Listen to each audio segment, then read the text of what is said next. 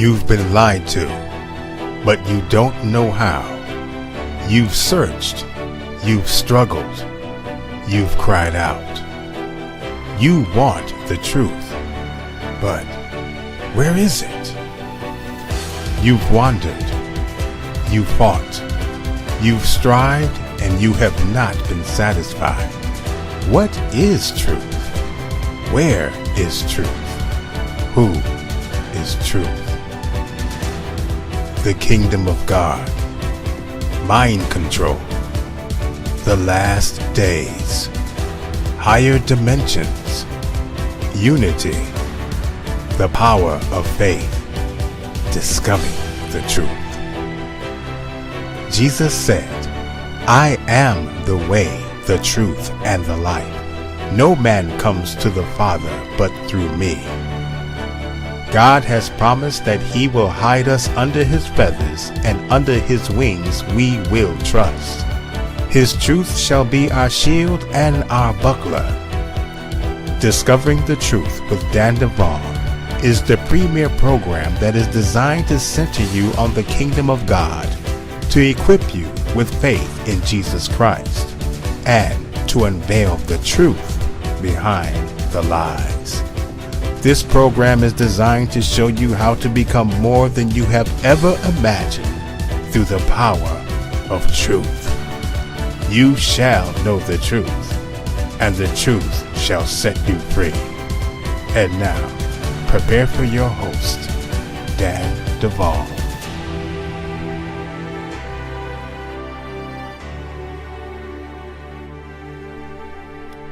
Folks, I know you've been waiting for it.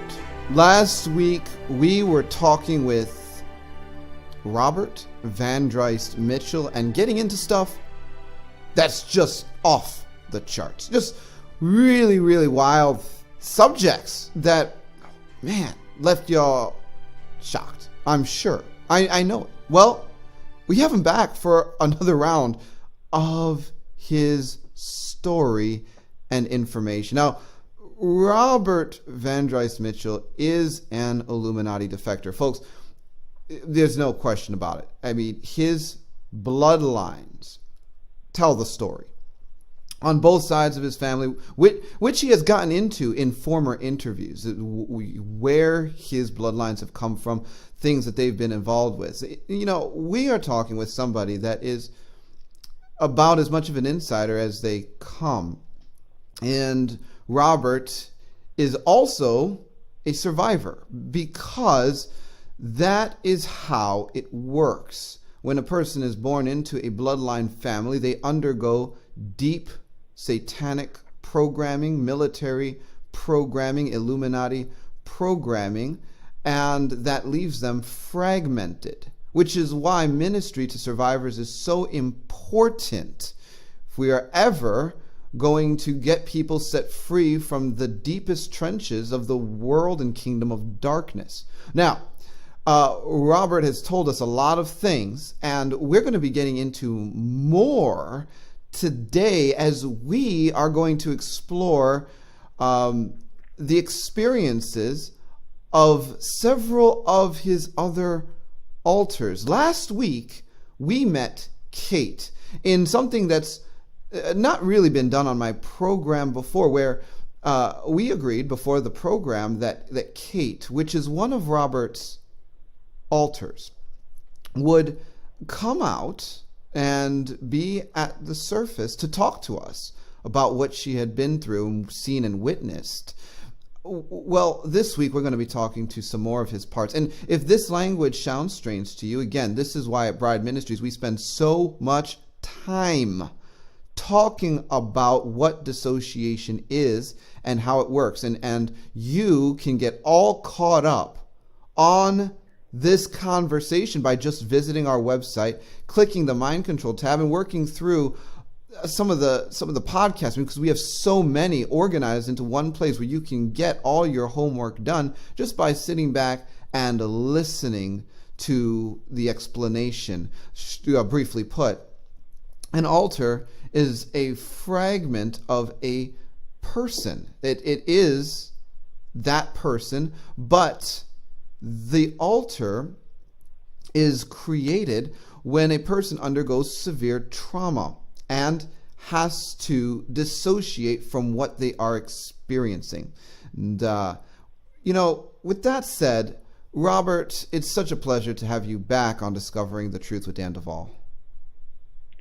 Hello, Daniel. It's great to be back and awesome to be back. And yes, in what you said in the introduction, a lot of the subjects may sound off the wall, but for me as Robert, they were always part of my life. I always thought they were normal, not knowing, of course, that it isn't normal, because most people got just plain ordinary lives, and I found out only much later how abnormal or how off the wall my life was in comparison to others.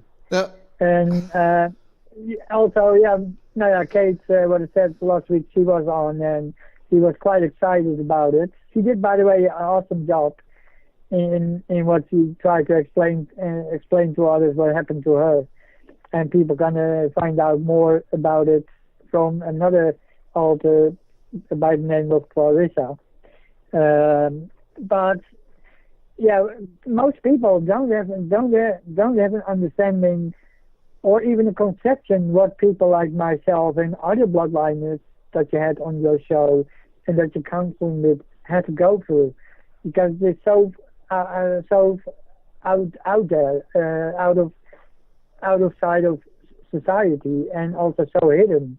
That is why, most people, they will be blown away when people come on your show, like myself, like Caroline Hamlet and others, Elena, among others, and what they have to tell people, because most people are so brainwashed within the matrix, and all the things that they're normally watching. For most people, what is the world probably is, as I call it, more on TV, like those reality soaps, X Factor and all that. And that is for most people, and the soccer and football on the TV and in their local areas.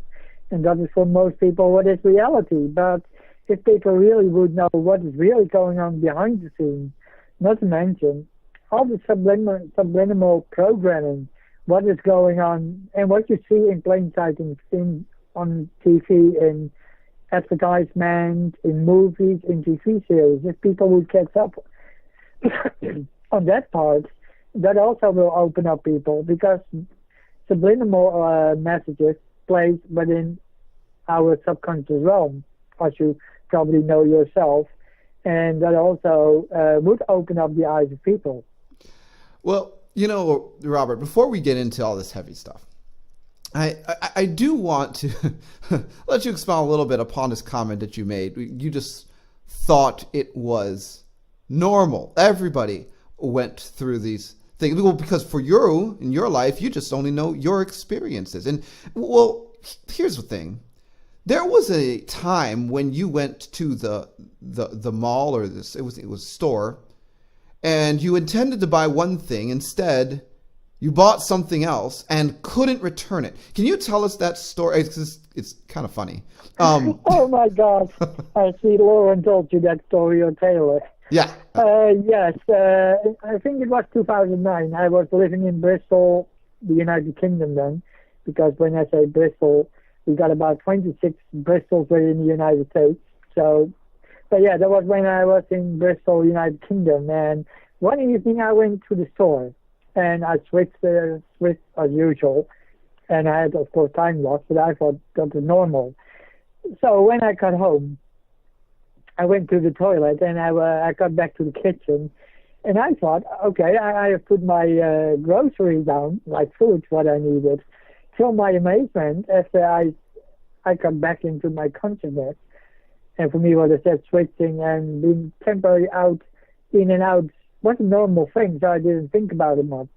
But to my amazement, I found two of those Malibu Barbies on the table. And so the next day, I went back to the mall. I brought it back.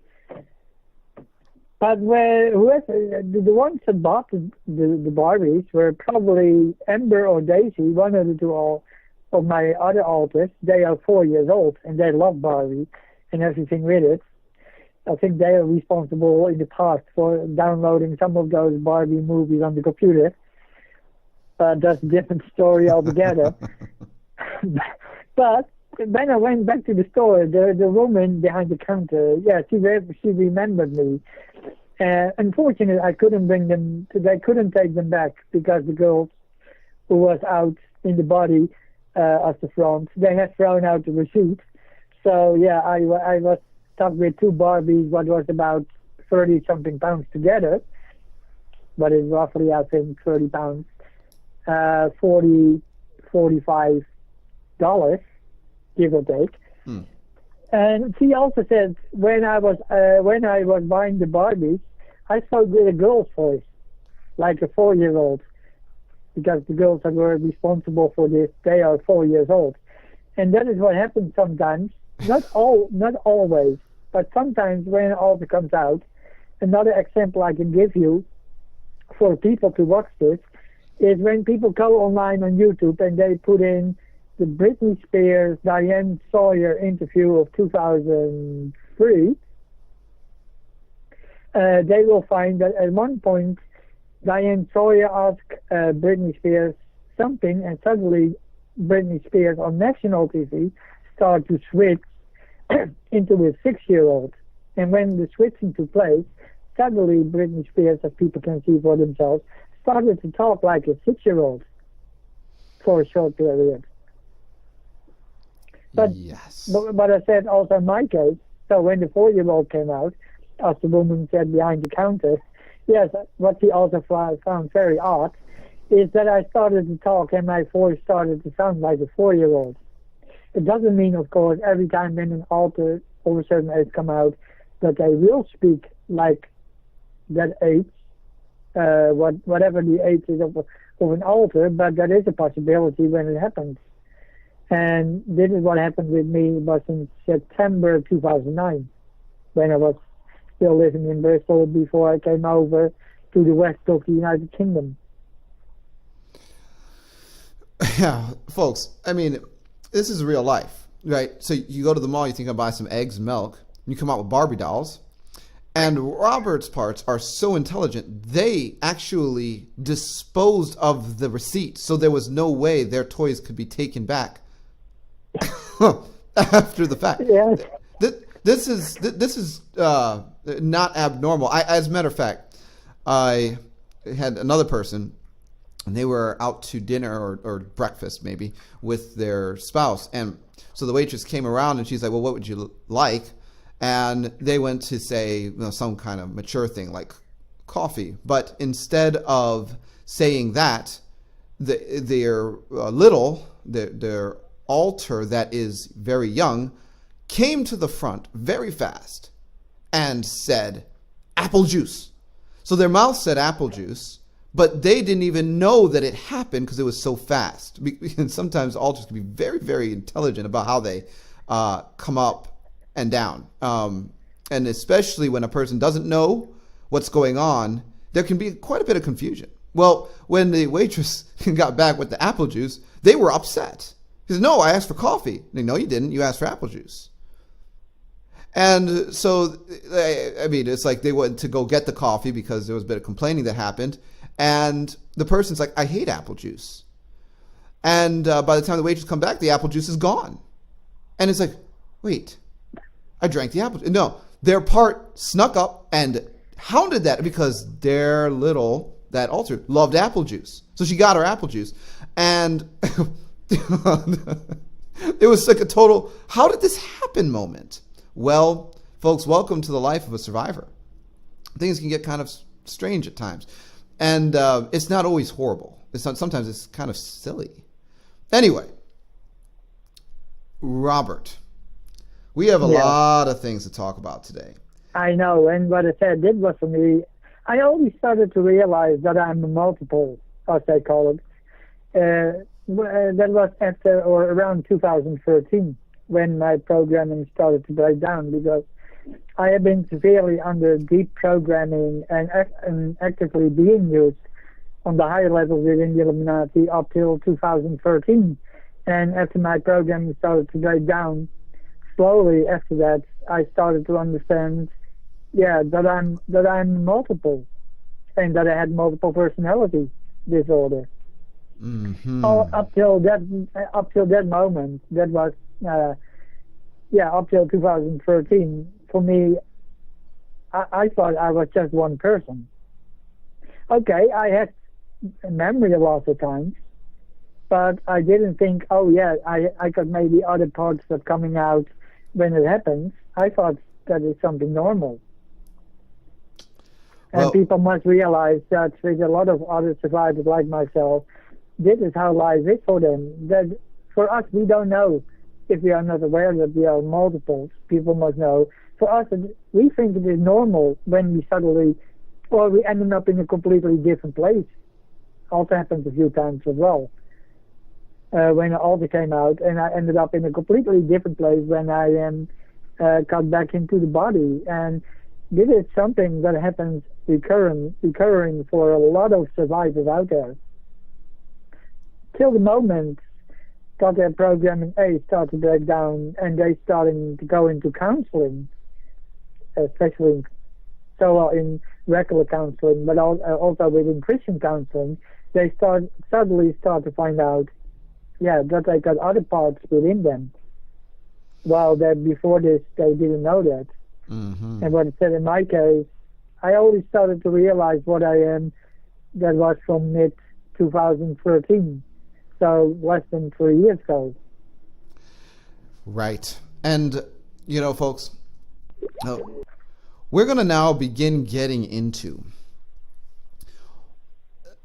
some of the heavier stuff. Now, last week, we met Kate, and Kate was involved in what we described as temple prostitution, but not in the sense that you would think you go somewhere, say a brothel on Main Street, or some temple to some goddess in the Middle East, very, very 3D type things.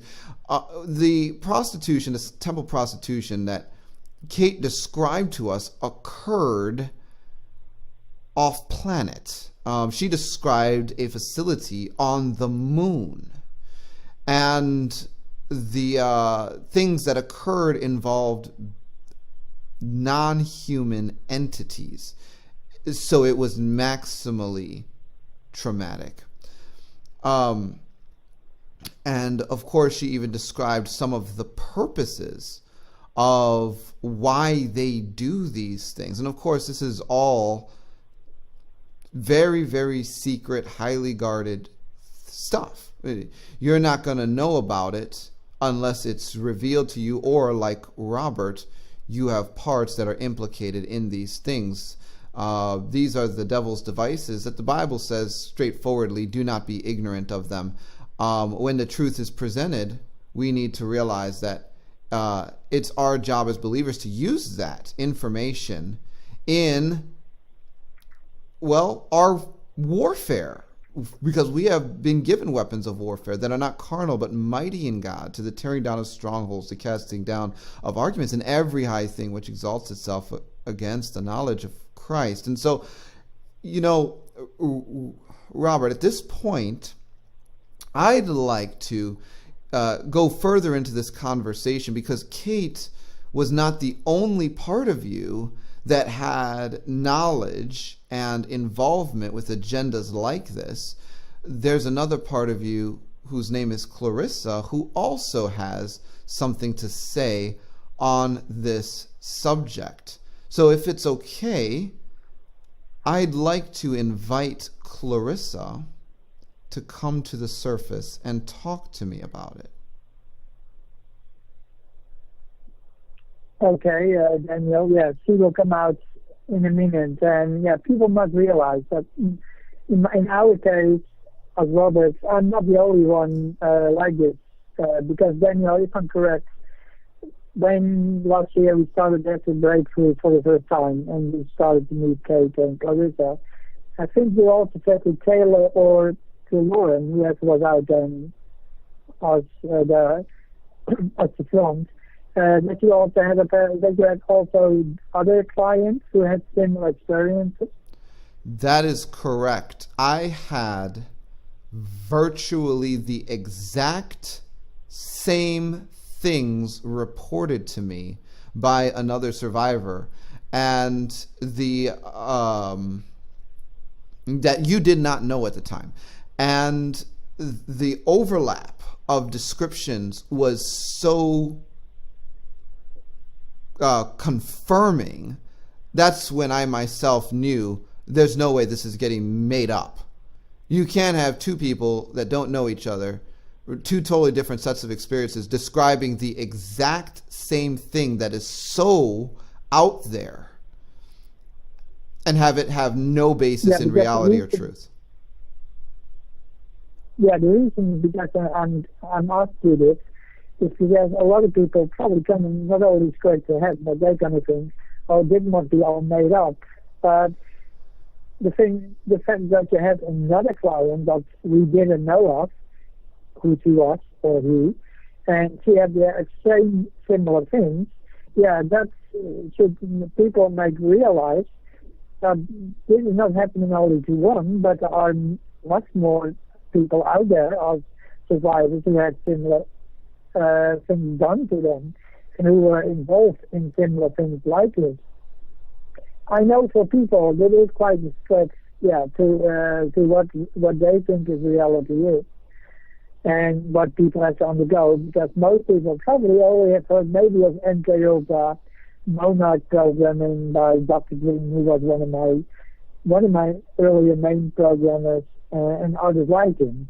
But a lot of the stuff that we have talked about and we dealt with in counseling, you don't find a lot of this in the books out there who are so far written by MK Ultra survivors or their counselors. And people always seem to think, oh yeah, they do the standard programming, what they have been reading in books by Fritz Springmeier and a few others, and by some of the survivors. So for a lot of people, the spiritual components, what we have to go through, and others like us, are hardly mentioned within the public domain. People know maybe of Bryce Taylor and Katie O'Brien, and then Swally, and probably and maybe Arizona Wilder, and that's it for a lot of people. Well, what they went through was already quite a hell to start with, but there is much more what's happening than only what those survivors have mentioned out there, and you probably can concur with this. Mm-hmm. This is what I wanted to say to the people before Clarissa comes out, because a lot of people are going to think, when they're going to hear the first interview, oh, yeah, this is so far beyond anything, this must be, made up by Robert or by his authors. And the fact that you had another person and the counseling that dealt with the same thing, or probably got maybe more than a few others out there that you are counseling that has been dealing with similar things. Yeah, that hopefully will make people think twice before they're going to say, oh yeah, this is all made up. Because unfortunate people, it's maybe easier to think it is made up, but people like myself and my other parts on the inside and that of other survivors, we have to live daily with the scars of the traumas that is left inside of us on a day-to-day basis. So people, please don't dismiss it because it sounds too out far and too crazy. Because sometimes the crazier sometimes it sounds, the more it sometimes is real for some people like ourselves and other survivors out there. And it's very easy for people who are listening to this to just demonize it and say, oh yeah, this cannot be real because it is way beyond their reality what is their reality on a day-to-day basis. People are survivors. They have to live on a day-to-day basis to through a hell in order even to make it through. Because a lot of us, sometimes we really struggle with it, including us at times. Well, that's very well put, Robert. Clarissa, at this point, why don't you come forward and talk to us? All right, I will now, people, when you listen to this, as Robert, I will now work Clarissa out and see what I answer the questions that Daniel has for her. And then you can hear it from a different personality on our insights. And people, I do hope to keep an open mind about that this is real, not only for myself, but other survivors out there. I know it is a stretch and a jump to make. But I hope that you learn something out of it. Okay, Daniel, I will now let Clarissa out then, and then she can tell her story on the questions you have for her. Okay. Hi. Hi, Clarissa. Hi, Daniel. It's Clarissa. It's good to talk to you. How are you feeling? How are you? I'm doing well. Really excited. Okay, great. Really excited Okay. that you are willing to talk to me about this subject, the things that you have seen and been through. And Clarissa, I'm simply going to turn it over to you and let you talk to us about your experience with these off-planet sex temples. How did you get there? And what were you involved in? Okay, Daniel. Last week, if I'm correct, Kate spoke already on this subject, right? Yeah, because a lot of my experiences are akin to what Kate already said. Okay. But besides the moon, as Kate has already explained, I also was brought to other locations of world, including within our solar system. One of the temples I was brought to was on Mars, among other places. And I'm not sure what Kate had said when the last time she had experienced it. In my case, if I count back to our current time, for me the last time must have been in real time, last time 5 years ago. Okay. So that must be 2011, Okay. by the current counting. And what people must realize, in my case, I was brought, as in Kate, in my physical body. And I think Carol wrote down what we gave her as drawing. I think you have the drawing with, as Kate says. You should have a copy of it. Yes. Now, And we were Clarissa, placed there with boys and girls, and also adults as well. can you tell me how they took the physical body? Was it some kind Sometimes- of... Go ahead. Sometimes we were collected by our handler, if you call it like that. Someone that every time comes and collects you. In Robert's case, depending on what part of the United States, what part of the world he was, in Europe or in the States. When he was in the States, one of our main handlers was Dick Cheney, who was also the former vice president of the United States under Bush Jr., the people we call. And he collected us then to a certain military base, and from there we left in a shuttle type of craft Wow. to the location. In this case, it was to Mars. Those shuttles were part of the secret space program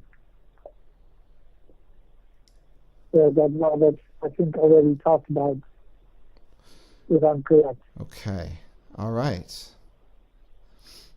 But in other cases, we also were brought through other means in the physical sense, and that was through the doorway or portal, if you like. So they would use some kind of craft or doorways, which are portals.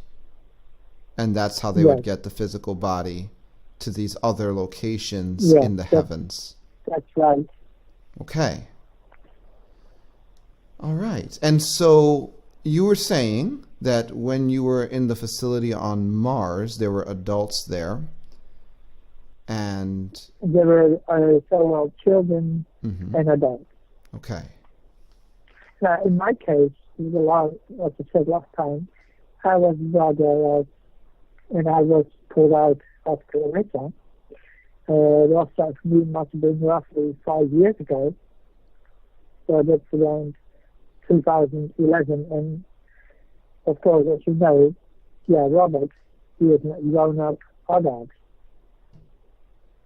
So in this case, I was, the body was brought over there, and then when we put on those granite slabs, and we were tied on it, then they made me come out. But there were several adults on those locations who were laying there, and there were always equal numbers of male and females. In body, in physical bodies. So equal number of males and an equal number of females. Okay.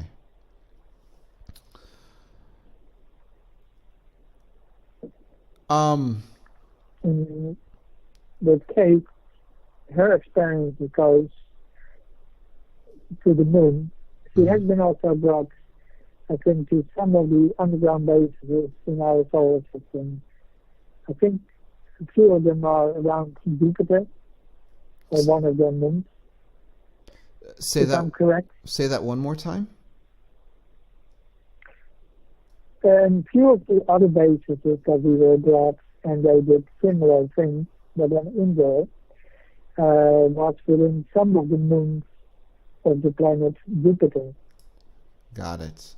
So they have this kind of activity going on Earth's moon, Mars, and some of the moons on Jupiter, or of Jupiter. Yeah. But underground. Yes, in this case, when it is within the underground bases within the moons, it's done underground. Now, folks. But on Mars, again, the one from Mars, as also within the moon, as Kate described, was again in a dome type of structure. Wow. Wow. And from your experience, Clarissa, when you were out, what do you believe the purpose was for the ones that took place on Mars? For instance, do you know who was getting power from it? Depending on the time of the season,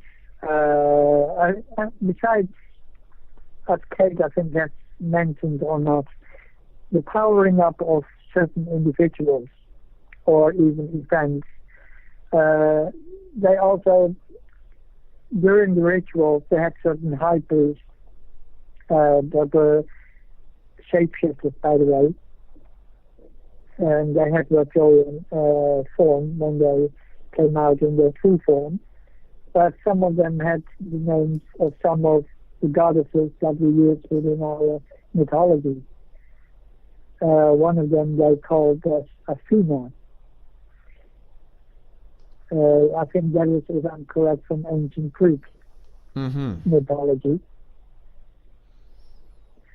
She looked very feminine when they started out, but when she started to shapeshift again, she had a reptilian form. That is fascinating. Although she did look more feminine also in a reptilian form. Oh my gosh. She looked different than some of the other reptilians. So even within the reptilians, you can apparently, so far I have witnessed, you could say the male and the female types. Okay. It doesn't mean she was less full than the male,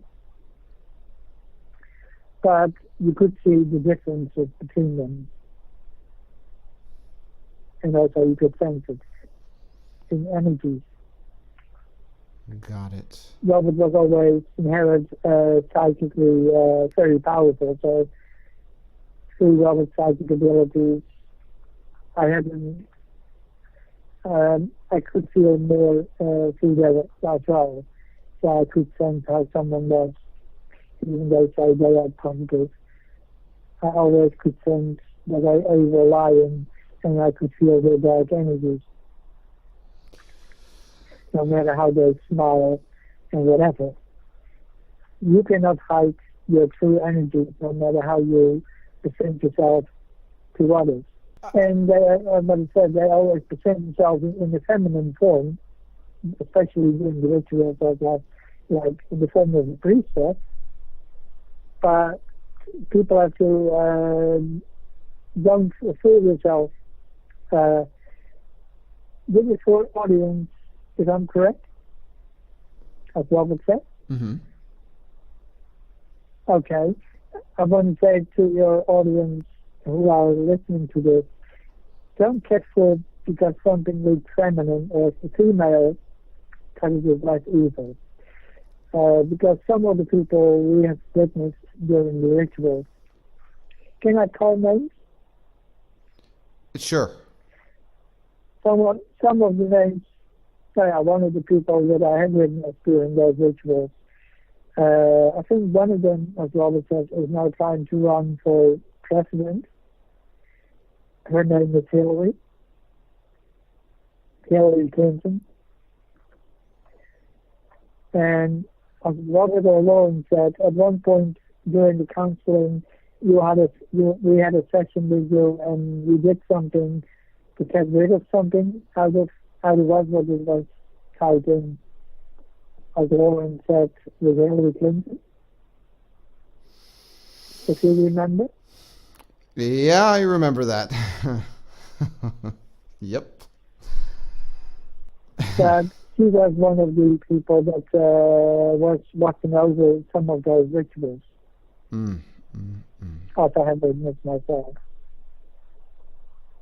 especially the ones on Mars. Folks, all I'm going to say at this point is that there's darkness in the highest places, and it is inevitable in this line of healing that things which are done, no matter who did them, are going to have to be addressed by the power of Jesus Christ. And Jesus is in the business of getting people healed at all costs. And, you know, Clarissa, I actually want to ask you, since you're out and it's describing all of this stuff, what has Jesus done for you?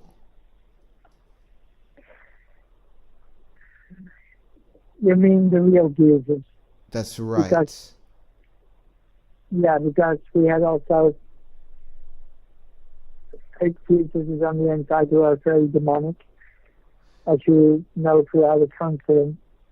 Yes, the real Jesus, especially the first time that I met him, was the feeling was very overwhelming, especially when you see in his life the warmth that come out of it, the compassion, and it's hard to bring on the words because it's almost want to make me cry on an emotional level, especially when you have been that broken as we are, and the things that have been done by the enemy of our God. And I only can say to other survivors, if you have been in a situation like us, this is my personal opinion of Clarissa, the only one that can help us is Jesus Christ. He is the only hero in this world who was sent by God to die for us, to take on our sins, so that we can go to heaven, no matter what we have done, so long we confess that He is the true God and who has died for our sins on the cross. And also we have to do, when we lay in there, we had to do unbelievable things, and we were forced to. And God forgave us for this, because He knew that we were forced to do things like that. And this is what Jesus can do when you really mean it. You can forget the things that you have been part of, if you truly want to, of course, because you have to mean it from the deepest part of your soul. And God will know if you mean it or not. He will see through you.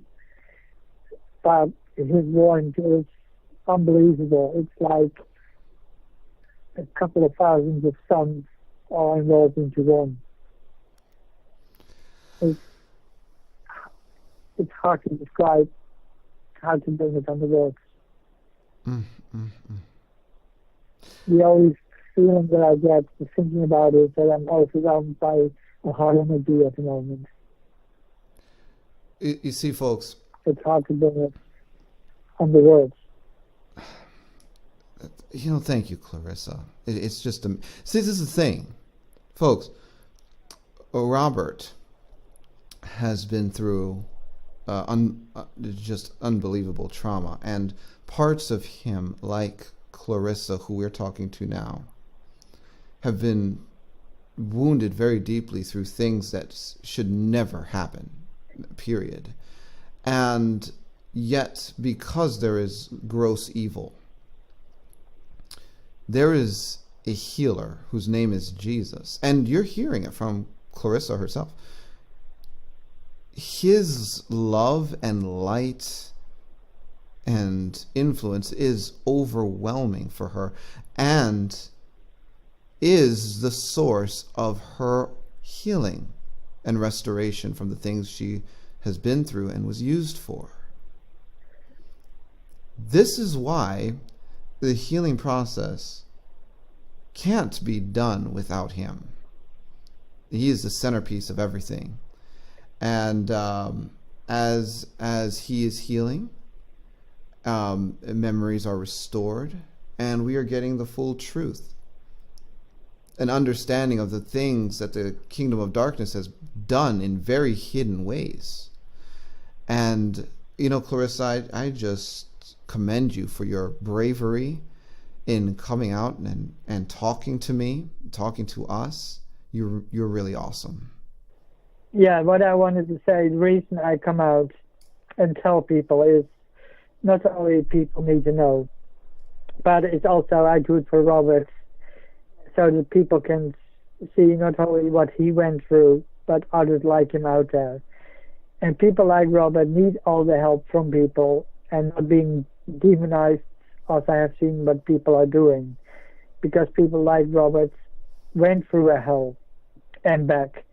And only through Jesus Christ we can get out of it. And Robert has been a great inspiration for a lot of us in the way how he has been handling things. I am glad also that God has assigned Lauren, who people know, most of the people know on a day-to-day basis, who now has taken over and temporarily till Robert is healed. Lauren takes over on a day-to-day basis. She's doing an awesome job in that. And if people ask, who is Lauren? Lauren was, I think, the person that people met for the first time in the first interview, if I'm correct. Mm-hmm. Yes, and she is doing an awesome job in that way to keep us safe. And you have met only a few of us, while there are so many on the inside, as you know, during every week when we do the counseling. And so far we have only been still scratching the surface, if I'm correct, by setting altars free on the inside. Well, we almost come in the numbers into a city. She is not kidding, folks. I mean, with the work that we've done right now, every week we are seeing 30,000 plus altars, parts of Robert, being set free, in addition to other work that we are doing. And so the populations of those parts of Robert that are safe and able to receive healing is the population of a city. It's true. It's just the reality of the situation. And well, you know, Clarissa, it's been really, really great having you out. And I wanted to also, as I discussed with Robert, talk with a couple others on the inside today who have additional things to say. And I actually wanted to talk next with Brittany.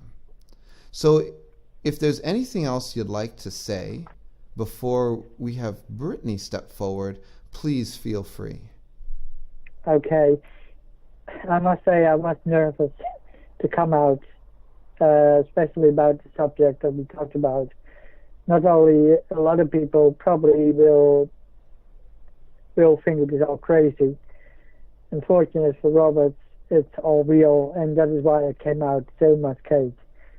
And I hope that people take this more serious. It's not only for us, but when people talk about other survivors, people don't take them straight away as that to say, oh, those people are crazy. Because I have seen a lot of people and children during the times I was used. So adults in their adult bodies and in their child bodies.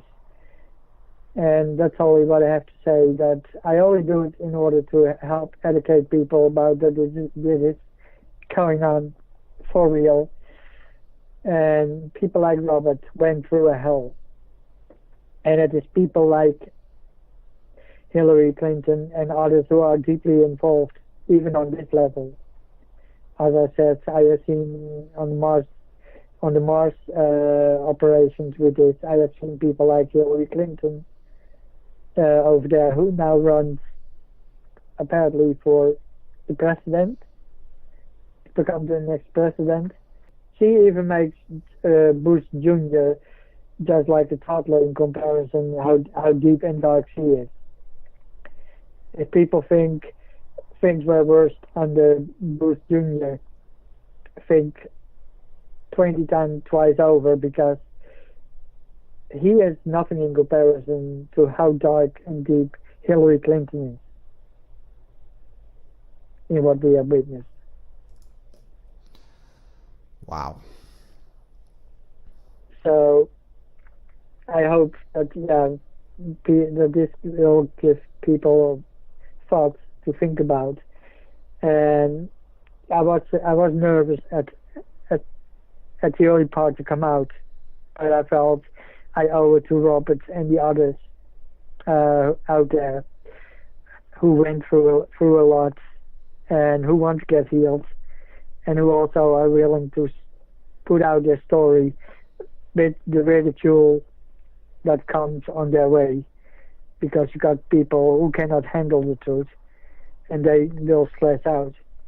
unfortunate, but us, Clarissa, Kate, and the others, they know what is done to us. And we have no, people like Robert and others, people must realize there's nothing for us to gain to lie about it. Because the only thing, if we lie about it and make it up, the only thing what it will bring to us is ridicule. What is to win by that? You only have to read on YouTube with all the trolls and others and what people that tell their story, as I saw with Elena and Caroline and the things that were thrown at them. If that is why, I cannot understand why people are like this. People like Caroline Hamlet and Elena Matthews had never made up things. What they told was all true. You have maybe a few people out there who try to make money out of it by claiming stories that they were maybe told by others. But in general, I don't see, and nor Robert nor Lauren, we don't see there is any gain by just telling something like this.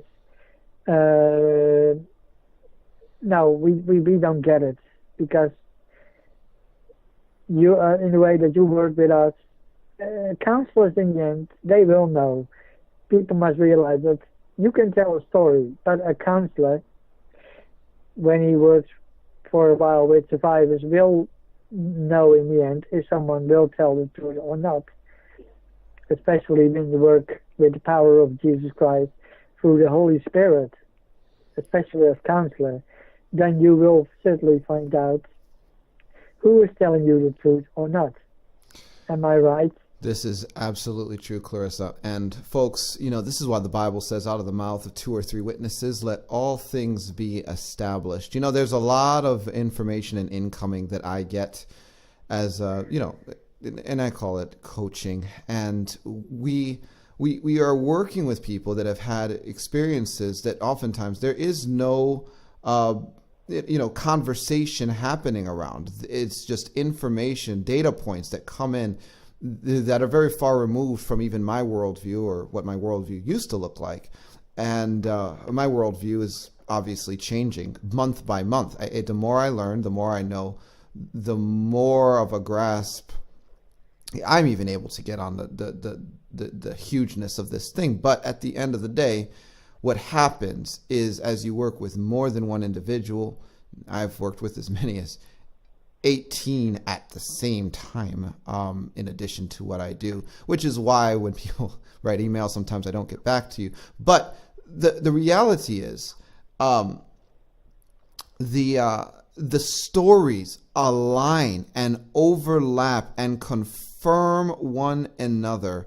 And at the end of the day, you must come to the conclusion, I've come to the conclusion, everyone's not making this up. And as we said and brought out with Clarissa, there was a confirming witness, another individual who Robert did not know at the time, who was saying the exact same thing. They were one of the other individuals that Robert would have witnessed, or Clarissa or Kate would have witnessed in these situations.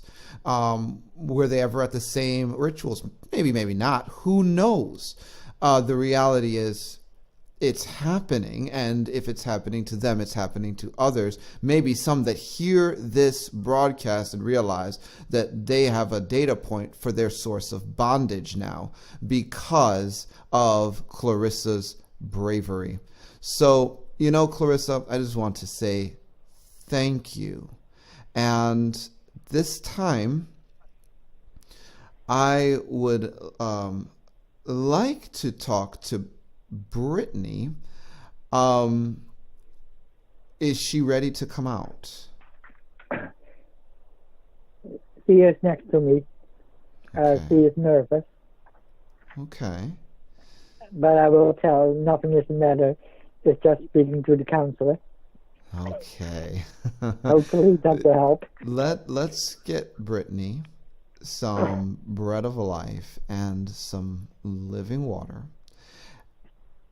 And folks, as Brittany is preparing to come out, I'm going to set a little bit of foundation here. We have run into something, and it's called spirit children. Now, this is a conversation that, again, no one is having. It's very, very new. Most Christians are aware that there are demons. And that's about it. That's where their knowledge base stops. And really, there's a lot more going on in the spirit realm, especially at this stage in history, because of the agendas working out of the powers of darkness. They've become very, very creative. And the basic thing that we have to understand is that there are essentially, I would say, this is how I'm currently understanding this, two wombs for humanity. There is a spiritual womb and there is a physical womb. So you can think about it like when God delivers the spirit from him as the Father of lights, that spirit comes into a spiritual womb in the woman, while the physical body begins to develop in the physical womb. And in a ideal situation, the spirit and the physical work in tandem. So there's no real separation between the operations of the two. And when the woman gives birth, she gives birth to a physical body that is inhabited by a spirit that is human. And the Bible says in 1 Thessalonians, may the God of all peace sanctify you wholly. I pray that your whole spirit, soul, and body be preserved blameless unto the coming of our Lord Jesus Christ. So every human has a spirit, a soul, and a body, and that spirit comes from God. Well, the interesting thing is that it seems like in the powers of darkness, in the kingdom of darkness, they have hacked humanity to the extent that they are able to isolate a spiritual womb. And that lends itself to the conversation on the creation of what we and others would call spirit children. It's really new. Do you understand this information and this concept fully, Daniel? Do you have a full theology on this subject? No. But what we do have is a testimony. What we do have are data points. I have dealt with spirit children in most of the survivors I work with. And they have different means of creating them, actually. And we're about to meet a part of Robert named Brittany, who, and this is even the leap in logic that's going to take place here, who is a female part in a male body, who was still involved in this agenda. It's meaning the creation of spirit children is not limited to females. Spirit children is a subject that came up with Dr. Rob Ruckert in an interview we did with him a couple months ago. And in the future, this is something you, and those of you that listen to this podcast, will definitely be hearing more and more, because it is a subject that it cannot be ignored, and it must be addressed, because it's just real. It's part of the process of delivering people from what's been done with them and to them by the powers of darkness. And so with that introduction, is Brittany at the surface? Hi. Hi, Brittany. How are you? Okay. Nervous, but okay. Well, Brittany, let me just tell you something. You are so brave for coming out and talking to me. Thank you. No, I'm really proud of you.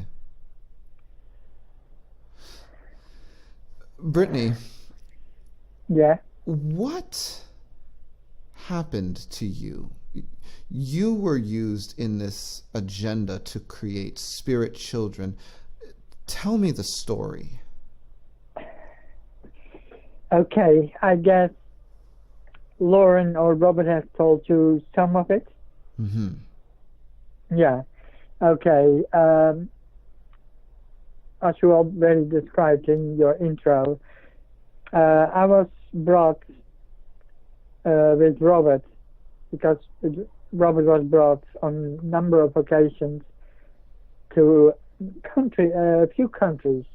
One of them was Nigeria, Mm-hmm. what plays an important role in Robert's life, seeing all the things that happened, as you know. Mm-hmm. Currently, someone connected to Robert is still stranded there, but different story. And on a number of occasions, Robert was brought in the physical sense by his handlers to Nigeria and Ghana. And the first time it happened was around 1978, when Robert was brought by his handlers from the Rothschild family. And that was one of the handlers. That was the wife of Robert's programmer, Baron de Rothschild, and her name was Filipina. And she brought us, together with her husband and a few others, on a trip to Nigeria. It must have been somewhere in early part of 1978. And we were brought there with other children who were already there to high-level witch doctors who were already in their late 70s or mid-70s, some. And they started doing ritual. I cannot reword or rephrase the words they said because I don't understand the language. But when those three witch doctors started to do their acts, dancing, they were talking in a language I couldn't understand. I saw the atmosphere changing. During this was after I was pulled out, by the way. Mm-hmm. Because, yeah, I was brought with Robert's physical body to the location of this place somewhere in the middle of Nigeria, not near the coast, but it was more inland. And when the ritual doctors started to do their ritual, the chanting, a ball of light appeared out of nowhere. And suddenly, when the ball of light appeared and became grow bigger and bigger, at one point the ball of light was about a few meters in diameter.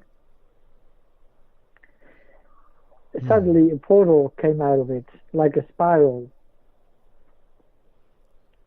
And I'm not sure what Lauren, Taylor, or Robert has told you, but at one point what looked like points of light came out that grew into various beings. It's like when you see in the sky like an orb. Mm-hmm. And that came out of this portal, and that grew rapidly into various types of beings. And then they were the size like men or even bigger. Some had the size what could have been like 8, maybe 9 feet tall. Wow. And some looked more like luminous beings because they had a cloak.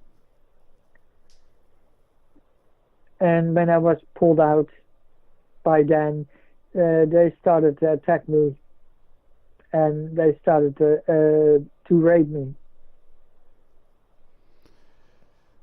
Were you outside of Robert's physical body at this point? Yes. Okay. Yes. And this happened, this ritual happened. I was not alone. Beside my handler, there were other children who were brought by their handlers as well. I think it was a group of maybe 7 to 10 children at this particular event.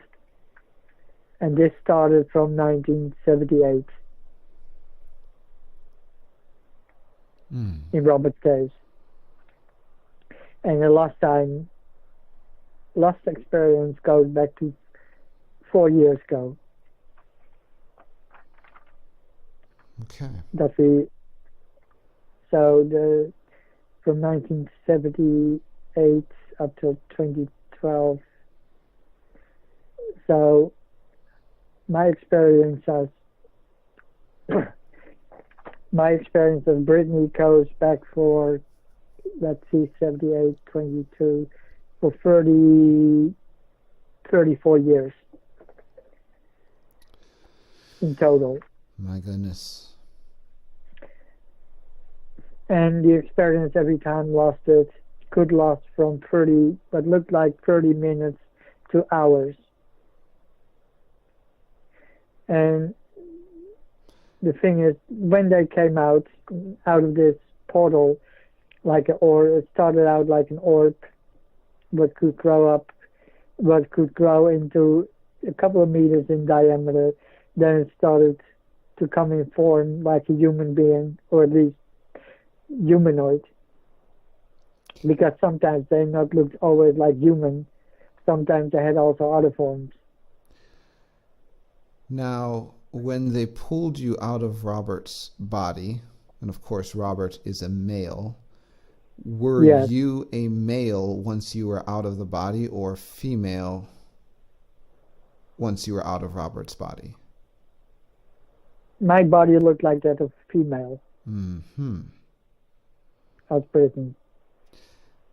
Folks, this is really important to understand, because I know that there are going to be people that say, Daniel, you are introducing deception into this man's life by referring to him as a female. How dare you do that, you unchristian heathen, you? Well, let's be real here. When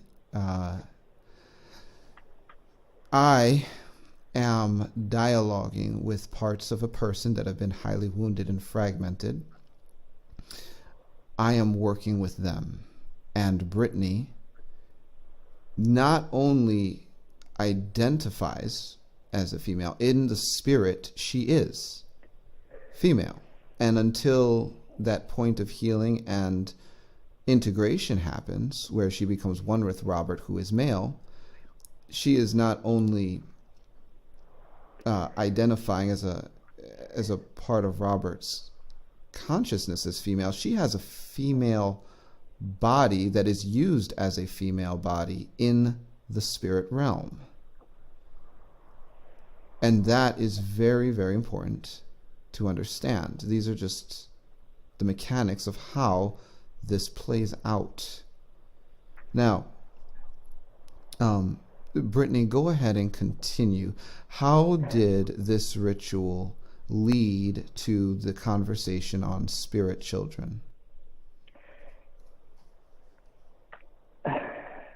Thanks for telling what you did, because by coming out, my fear is that they will try to demonize us as being crazy.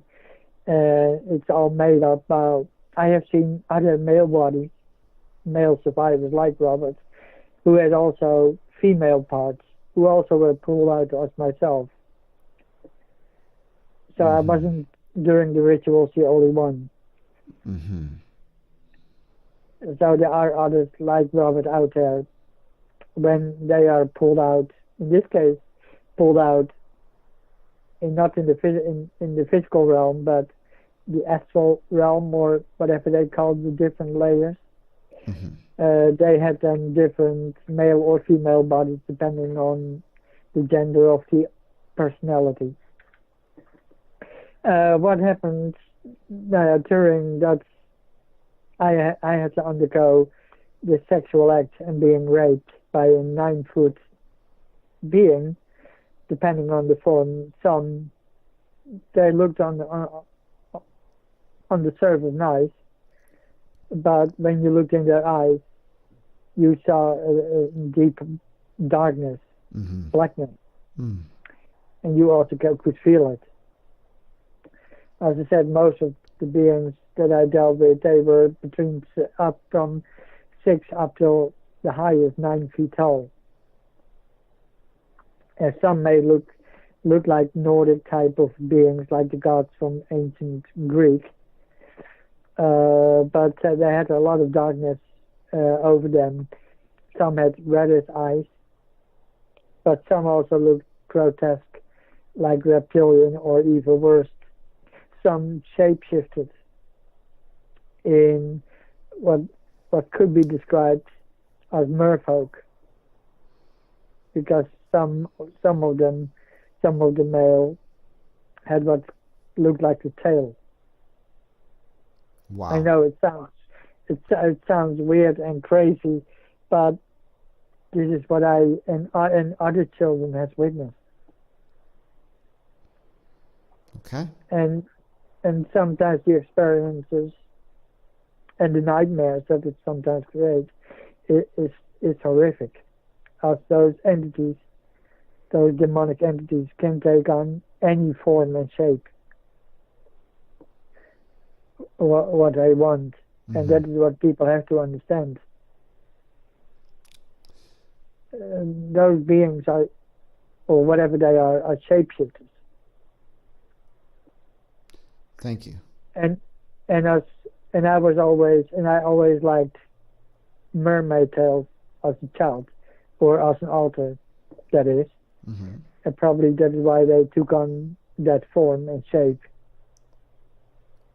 Okay. They will take, if they know you like certain things, they probably can take on that form or shape while they raping you, or in what else they do for what you are being brought there. And in my case, this happened on a frequent basis.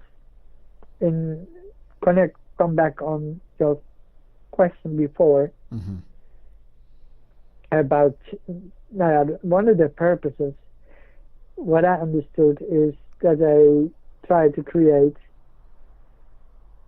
non-physical bodies, or as you call spirit children. So myself and other kids, as you would call in normal world, would get them impregnated, if that's the right term. And later, we were picked up, and we were brought again to certain places, and then again I was brought out through a certain ritual or procedure, and then they took away what was in the inside of me in my non-physical form, if this makes sense. So, on my astral form body, on that level. What Brittany is saying is that she, as a female altar, has a body in the spirit realm that is unique to her. It's a female body. Robert has a body in the spirit realm that is unique to him. He also has his physical body that all of his altars inhabit, that are present to inhabit his body, because some of them are taken other places in the heavens and kept there. We're talking about those that are present in his physical body. The altar, and this is true of all survivors, that their parts have their own bodies in the spirit realm and on the inside or in the subconscious where they live. And they will be male and female, depending on who the altar is. Brittany is female. And what she's saying is that through rituals, they would pull her out into the spirit realm, or astral is one of the terms used to describe that state, and impregnate Brittany. Would Robert in his physical body be pregnant? Of course not. Robert does not have a physical womb, but as a female in the spirit realm, Brittany, who is one of Robert's parts, does have a spiritual womb. And they use that for diabolical reasons. And they are creating spirit children with males and females. And, Brittany, while this will be difficult for some people to understand, it's important for people to understand. And I just want you to know that I have Robert's back, and you have my support, because I believe you, and because I have other testimonies that substantiate what you're saying. I simply can say this: Brittany is so brave, folks, for being willing to talk about it and tell you about it. See, spiritual warfare in the current century is going to go far beyond demons. It's going to include powers in the heavens. It's going to include dealing with spirit children. These are the spirits that they are creating in these mechanisms, pulling parts of people out, impregnating their parts, and then harvesting those impregnations into the spirit realm. It's going to include other things beyond that. We call them hybrid spirits and synthetic spirits. Really sounds strange, but I'll tell you what, it's understanding things on this level that gets us the breakthrough that we are seeing in the lives of people we're working with. And, Brittany, I just, again, commend your bravery for being willing to talk about this. Thank you, Daniel. I know that we talked about it, or that through Lauren, we talked about it for a while, that you wanted to talk about this.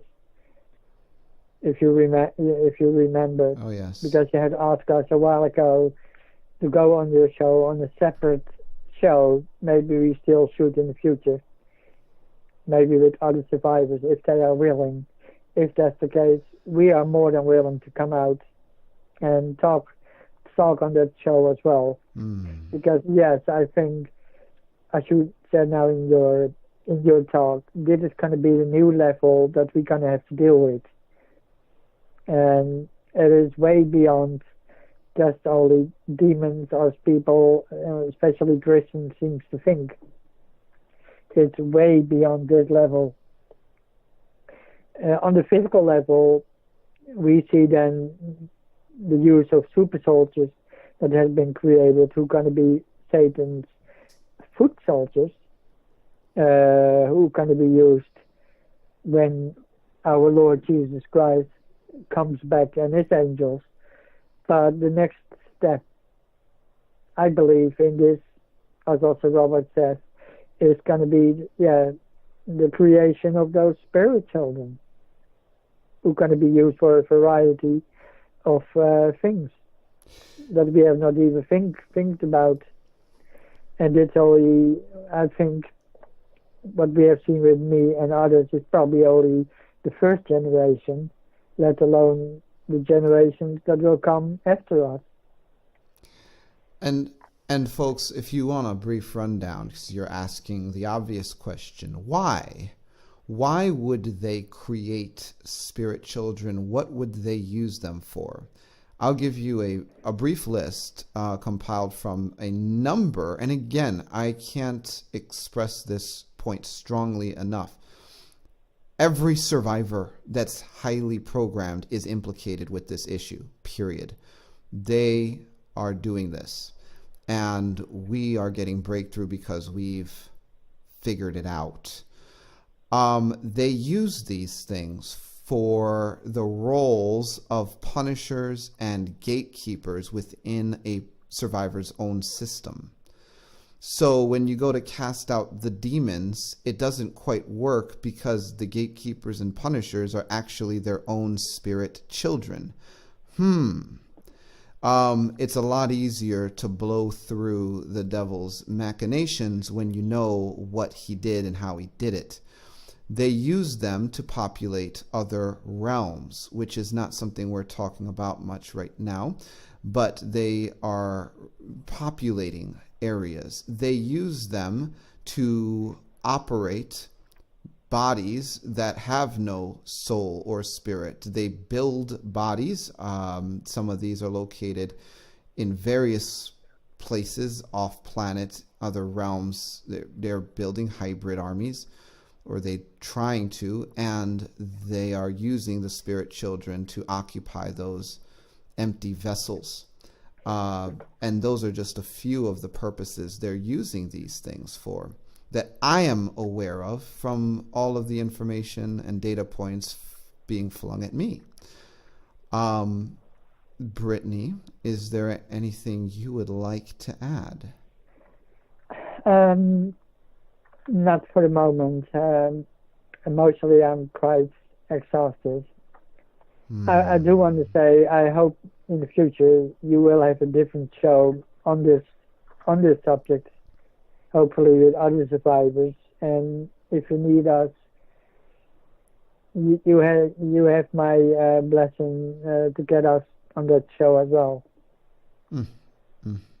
Thank you. And hopefully we can enlighten people more about this, because I think this going to be played out, and you're going to see probably more, and other counselors going to see more people that have to deal with spirit children than we have seen so far. And if there are among the listeners of your show, if there are counselors, I have to say to them, to the counselors and therapists out there, if you've got clients who talk about things that I just have described briefly, don't take them for that those adults, or if they're still like teenagers, don't think that those clients are making this up, because it is something you cannot make up for whatever reason. That is for a number of us a real issue and a real reality. And I feel, for the future, counselors and whoever work with survivors, they're going to see this more and more. And I only want to say to people that work with them, please take them serious, because it is a real issue. That's for now what I have to say on this further. Go ahead. If people who are listening on this, and they know us, and they know Lauren on our Facebook, if they have questions, and they are part of Taylor's and Lauren's Facebook page, they always can give us on the messenger, give us a PM on the messenger, and if they got questions about this, we are always willing to answer back to them. Thank you, Brittany. And, Father God, I just speak over Brittany that your south winds of restoration would blow over her, and that restoration and revitalization would be active on her behalf. And Brittany, if you want to go back, I'd like to have Robert step forward so I can talk with him. All right. It was great to be on your show, and I hope that people will learn out of this. Because, yeah, those topics need to be brought out. I will let Robert back on, and then you can continue with the other subjects. It was nice talking with you, Daniel, and good luck further with the rest of the subjects. Thank you, Brittany. And thanks for what you have done for us so far. Sure. I will now let Robert back.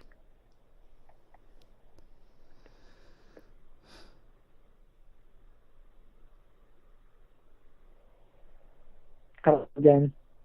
Hi, Robert. Hi. Well, folks, we have at this point spoken with two of Robert's parts. Clarissa has told us about the sex temples that she experienced and witnessed, and Brittany has told us about the subject of spirit children. While they were doing that, Robert was on the inside, standing by and letting them speak. Robert, I just want to take a minute here and let you tell us what it's like for you to let your parts talk to us. Okay. In a way, I'm not sure you described it last week as with the example as a plane. Mm-hmm. When you got the pilot and the co-pilot, and in a way, people, that is how it feels. Because as Robert, I'm now back into the front seat, as I call it, from a car, while in this case, Kate or any of the other alters sitting next to me or standing next to me, depending on their position, are in the co-driver's seat, and that is how it feels to me when one of the others comes out. Normally in daily life now, it's Lauren who has assigned by God to be the front, while I have been now under my healing and counseling, and she is then the front personality, if I think as they call it, and she takes on the daily side of business in order to live through daily life. But now with the counseling and now especially with the interview, while I'm now talking, the other altars that you have heard are sitting and standing next to me. I know it sounds weird when I talk about it, because all of this happens on the inside, and when we talk on the inside, we talk about what is known as the subconscious mind. And in the subconscious mind, you can have a whole new set of worlds there, depending on what is created. Also, if I'm correct, the subconscious mind is also what humans tap into at night when they are asleep and they're dreaming, if I'm correct.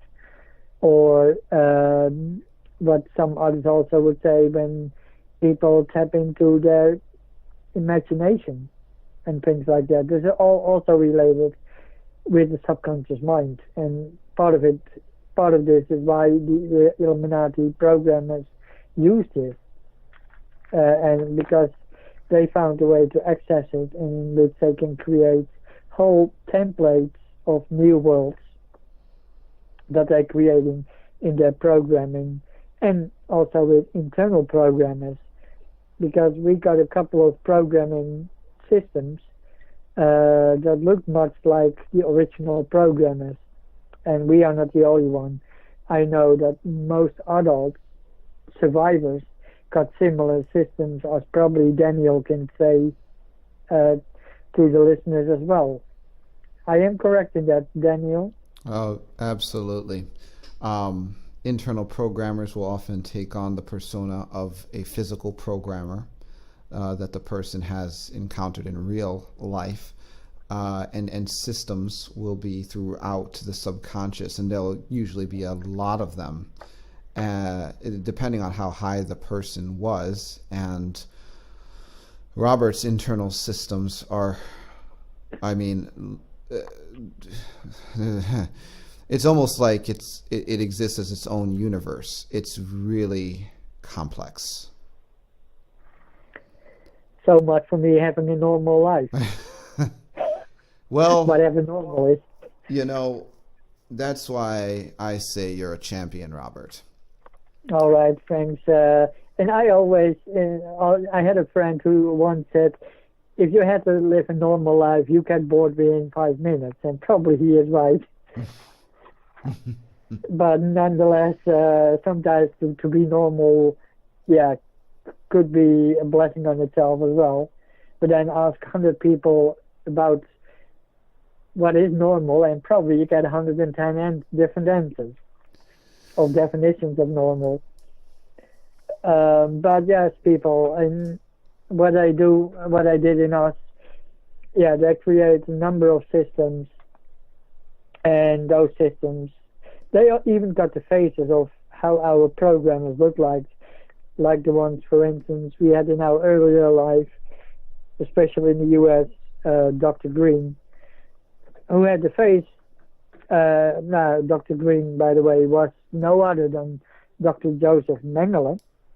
If people know about Operation Paperclip, and if they have read books on former MK Ultra survivors, other programmers we had, and second programmer who played later on after our 10th year, after we were 10, after that, played an even bigger role than Dr. Green initially, and that was Dr. Barrington.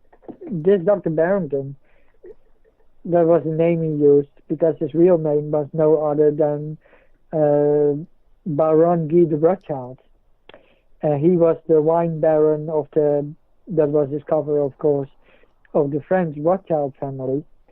In reality, he was a very nasty person as programmer and also as a human being. And another person I dealt with a lot with was Jacob, the Lord or Baron,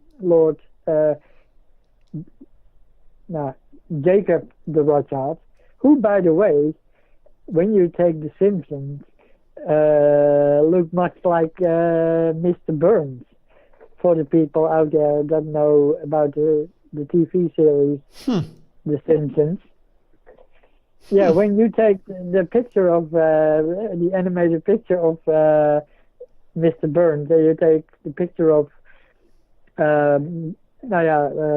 Lord Jacob the Rothschild, they got a great similarity between them. Oh, wow. So I wonder if this is a coincidence or that it was done on purpose that they chose this Mr. Burns, the image of Mr. Burns from Jacob the Rothschild. But besides all of that, yes, what I want to say to the listeners is that every survivor, yes, they got internal programmers, or even whole internal systems of programmers that look like that got the face and the image of the real programmers. And this is very common, as Daniel already said, for a lot of survivors. So, this is what I wanted to say on this subject. Well, and folks, I'll tell you what. Time is winding down. And we've done a number of programs with Robert thus far. There will be a lot more in the future because we haven't begun to talk about the the barter system of the heavens, the antimatter universe, things that he knows about black-eyed children, the things done with his brain. I mean, folks, there is so much that we have yet to unpack. Some of the things we were talking about, we're going to get to that today. Timelines, but we just don't have the time in this program. And so you're going to have to wait on the edge of your seat for further installments of Robert's story going into the future. And believe me, they will be coming because he has a lot to say. And so with that said, Robert, just on this program and the things that we have shared, in allowing Brittany to talk and Clarissa to talk, do you have any closing thoughts before we close this program? Wow, I didn't realize time was flying that fast already, because we have only touched on the second part with the sex temples, the interdimensional sex temples, and spiritual. I know. Time is certainly flying, and let alone if you would let Heidi speak. She is certainly a fountain in the way how she speaks. But yeah, people, concerning with Heidi and timelines, Lauren put the question up with Daniel, because he got another client with the same name as Heidi, who was used in the Montauk, and we may also can discuss if Daniel is okay with it, with the other client, to put this also within the next, maybe in a future installment on the follow-up of the Montauk Exposed interview. Because there's so much, as you said, also overlap between our Heidi and the other person's Heidi and what she has seen as well. And yeah, what I said on what we still had to discuss in the list, certainly with the brain and the Rigel, that on itself is already quite an off-the-wall topic. How you find out what it has done to my brain. That's already a thing that you can talk a whole interview on itself. And you know what? I think we're going to have to. Man. Man, oh man. Yes. Folks. When you told me about it, I was so flabbergasted about it, because I always thought as Robert, I operated on my full capacity, and apparently what I was told, my IQ was on the level of around 185. So I thought, when Daniel mentioned what you're going to hear in the future, I was completely blown away, because I always thought as Robert, I'm working on my full brain. Well, you know what? I think since we've gone this far, we have to give a little bit. We have to give a little bit on the brain, because this one's just too much of a cliffhanger. Now, folks, I'm going to take a few more minutes and then we'll close this program. The fact of the matter was that I had a dream. And in this dream, and it was like the night before one of our sessions, I was standing on some grass, and there was a house. And out of this house came, the door opened, and a brain, it was a brain. Folks, it was like, 4 or 5 inches off the ground. It began to kind of plop its way over to me. And so I'm in a brain. I'm in a dream, right? And no, I was not on drugs. Folks, I don't do drugs, right? But the brain came over to me in the dream and began to talk. It's like, hey. And somehow I knew, hey, you're Robert's brain. And so I'm talking with the brain in the dream, and the brain's talking back at me. And of course, it makes sense until I wake up. And I'm communicating to the brain. I said, you have a body, by the way. And the brain's like, I have a body? And I thought I was just me. And so, we're having a little back and forth. There was other things that happened in the dream. But when I woke up, I was kind of thrown off. I said, whoa, I was talking to a brain. And it was Robert's brain. And so for the average person, you will begin to approach the dream looking for symbols. What did the house mean? What color was the grass? What did the grass mean? What is my relationship to Robert, and how does his brain create some kind of symbolic communication? Hey, man, I scrapped the whole thing, right? Because I have a different way of thinking, folks. I really do. And what I deal with, I just think very differently. I said, Aha! I bet you there's a part of Robert's brain that's been separated from him dimensionally. Why did my brain go there? You know, I remember reading one of these witch doctor testimonies, and this guy said that he used to go into school, and he used this funny language. He said, I would steal the brains of the other children and get A's on my tests while they would fail, and I would never study. And I would do this until the schoolmaster began to pray over the classroom every day. And when he began to pray over the classroom, my ability to steal the brains of the other children stopped. Now, when I read that, I was like, okay, obviously you're not opening their cranial cavity and scooping out brains. Somehow you're doing this in the spirit. This language is so weird, but whatever. That one went on the back burner. When I had this dream, I said, what this witch doctor was talking about was only the beginning.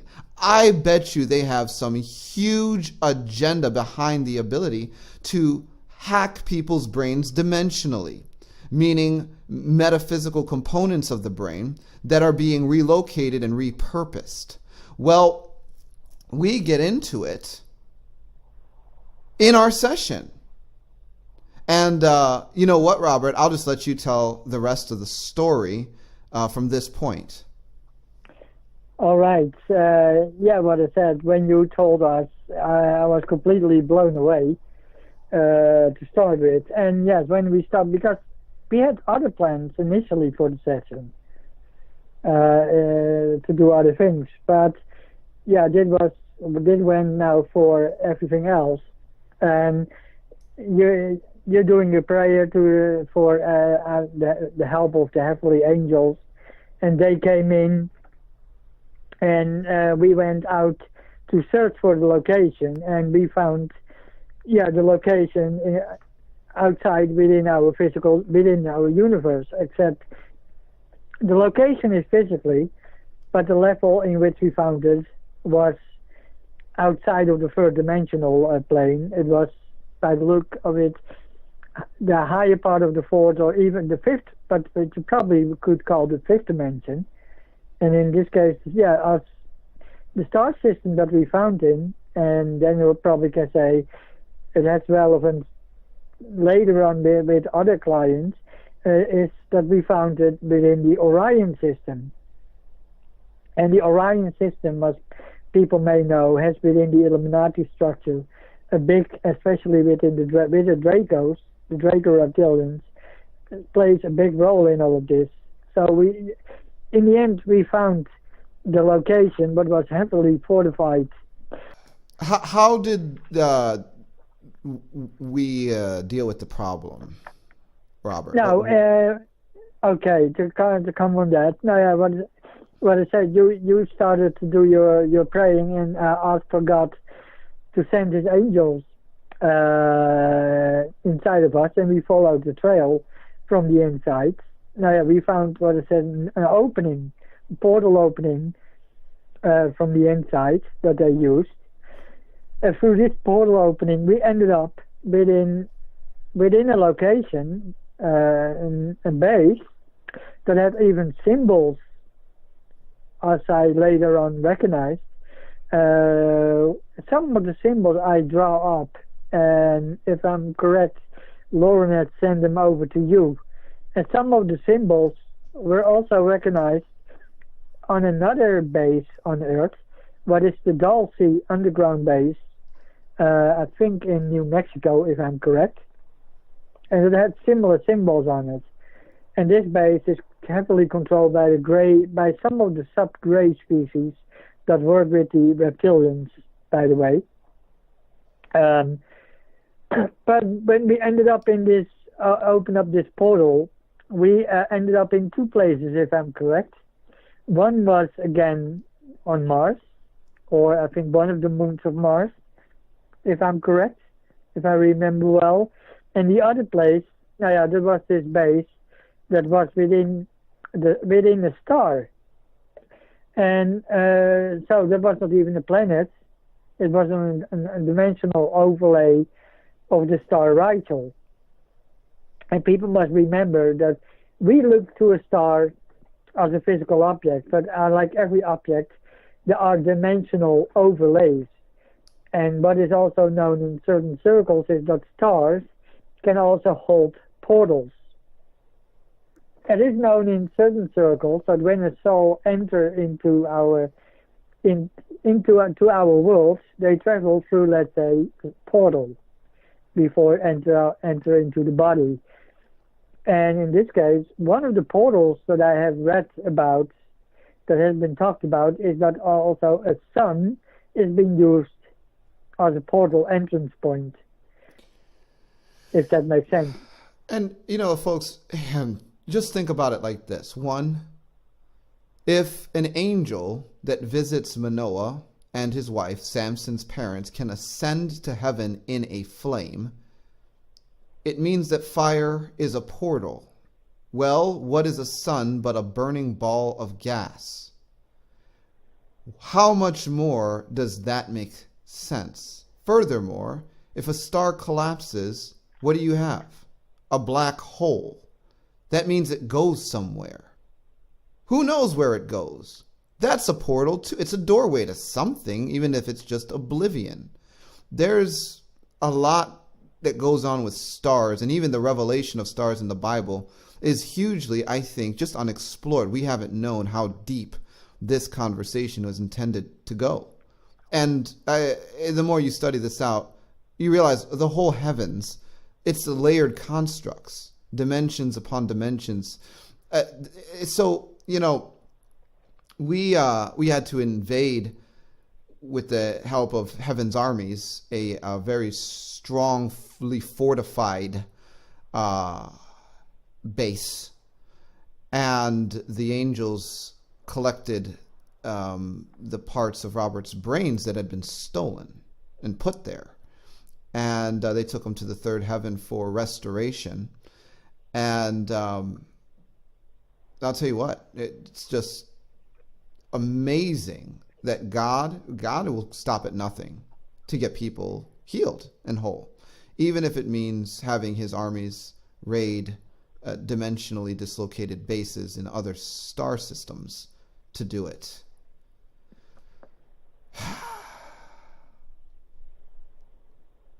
Now, yeah, let alone, as we found out in the counseling session, if you remember, that you found our part of our spirit man, or soul parts that were scattered before Long Island, Point Montauk. And people, you have to remember that, yeah, my mother had told me when I was born, besides that I was born 5 weeks too early, I was also born in mid-air in an airplane. And I was born 12 miles outside of Point Montauk on the Atlantic Ocean. Another synchronicity with my life to the Montauk Project. And as we did find out during the session, and also later in later sessions, is that they have used the soul parts, or spirit man parts, that they had broken of mine during birth, 14 that were laid before the coast in a in a certain pattern. They used that, and no doubt of other survivors as well, to power up, in this case, the time travel Montauk Project, or that part of the Montauk Project, but was everything to do with the time travel part. Well, Robert, we are so out of time. I am simply going to say this. Folks, you can check out Robert's blog at beyond-the-illusionary-veil.blogspot.com, beyondtheillusionaryveil.blogspot.com, and he'll be back. Folks, you've been listening to Discovering the Truth with Dan Duval. Until next time, God bless and Godspeed.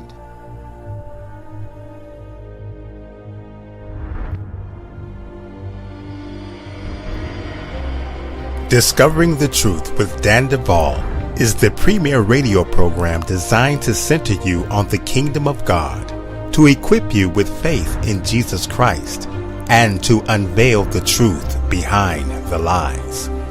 This program has been a production of Bride Ministries. You can find us at www.bridemovement.com. At our website, you can contact us, access resources, and support us with donations. We need partners in order to continue to produce our vision, which is to promote unity in the body of Christ worldwide and assist in the creation and development of sheep nations.